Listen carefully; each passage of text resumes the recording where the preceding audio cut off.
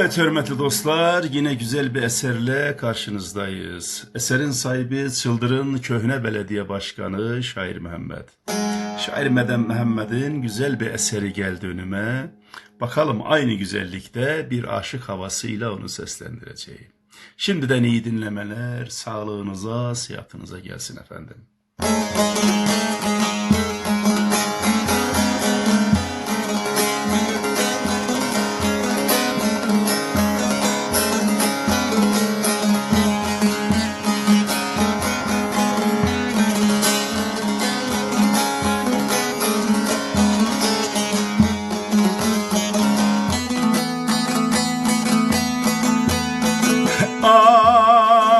Ah yala canan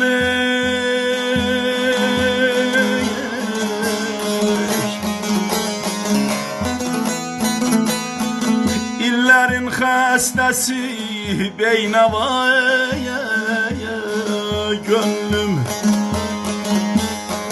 canım şan edib bu dağlaya mənin ala göz bu dağlayır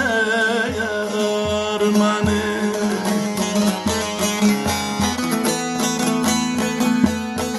Həkim tabib əl çəkirdi dərdimdən, yalıb aparır ya dağlayır mənin ala göz ya dağlayır məni. Həkim tabib əl çəkirdi dərdimdən,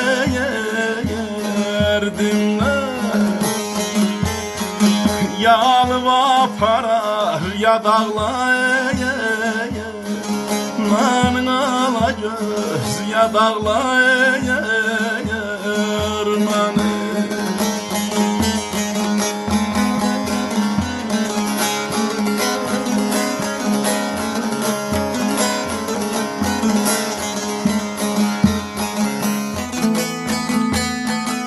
Der belə sərkəş olub külək kiminə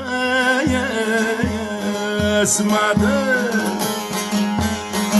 yəssə düşüb umudumu kəsmədim ay canan belə kəsmədi.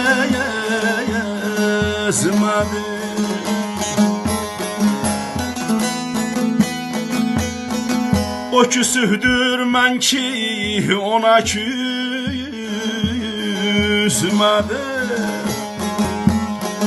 gənə də yandırar bu dağlayır mənin ala göz bu dağlayır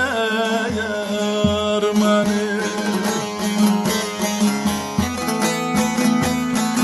O küsühdür mən ki ona küsmədi,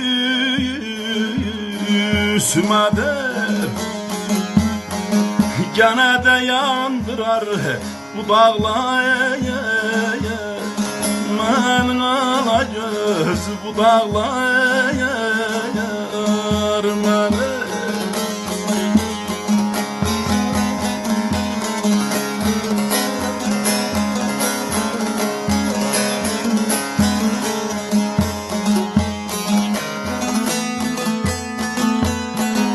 Məhəmmədin anlayasan qayanasan,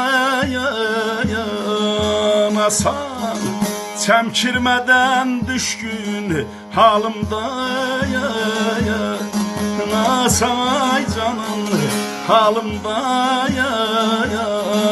nasan. Öz dərdimi dərdin kimi yanasan, o zaman öldürmez bu dağlayır mənin ala göz bu dağlayır məni. Öz dərdimi dərdin kimi yanasan,